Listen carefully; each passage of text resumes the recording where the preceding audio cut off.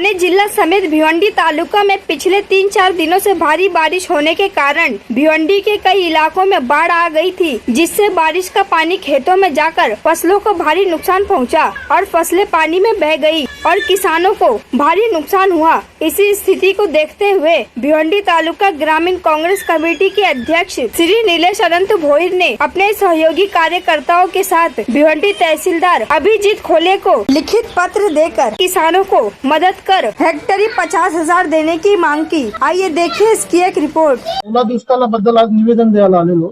16 तारखेपासून जो 3 दिवस लगातार पूरग्रस्तीसारखा विषय झाले आणि शेतकऱ्यांनी लावलेली पिकं आणि भाजीपाला याच्यावर जो संकट ओढावले, त्या संकटाला कुठेतरी शासनाने मदत करावी आणि ओला दुष्काळ जाहीर करावा। याच्यासाठी तहसीलदार अभिजीत खोल साहेबांना आज निवेदन दिलंय आणि तातडीने पंचनामा करायचे आदेश द्या अशी मागणी केलेली आहे, जेणेकरून 15 दिवसात शेतकऱ्यांना काहीतरी हातभार लागेल सरकारचा आणि 50,000 हेक्टरी शेतकऱ्यांना मदत मिळेल।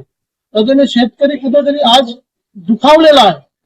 आधीच शेतकरी संकटात आहे सरकारच्या मुळे। सरकार काही त्यांना मदत करायला बघत नाही आणि या देशाचा शेतकरी जर जगला तर सामान्य माणूस जगेल अशी परिस्थिती आहे। पण या सरकारचा शेतकऱ्यांवर काही हे नाही, लक्ष नाही आणि तानाडोला करून मुद्दाम दुसऱ्याकडे विषय भरकवतात। शेतकऱ्यांचा विषय आला तर विषय दुसऱ्याच ठिकाणी घेऊन जातात।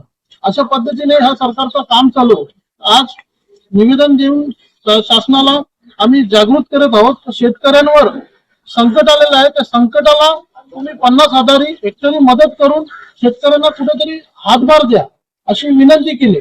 काँग्रेस पक्षाचा शेतकऱ्यांना न्याय मिळालाच पाहिजे, मिळालाच पाहिजे, मिळालाच पाहिजे, शेतकऱ्यांना न्याय मिळालाच पाहिजे, मिळालाच पाहिजे, मिळालाच पाहिजे। पूर परिस्थिती घरांना नुकसान भरपाई मिळालीच पाहिजे, मिळालीच पाहिजे, मिळालीच पाहिजे। काँग्रेस पक्षाचा विजय असो, काँग्रेस पक्षाचा विजय।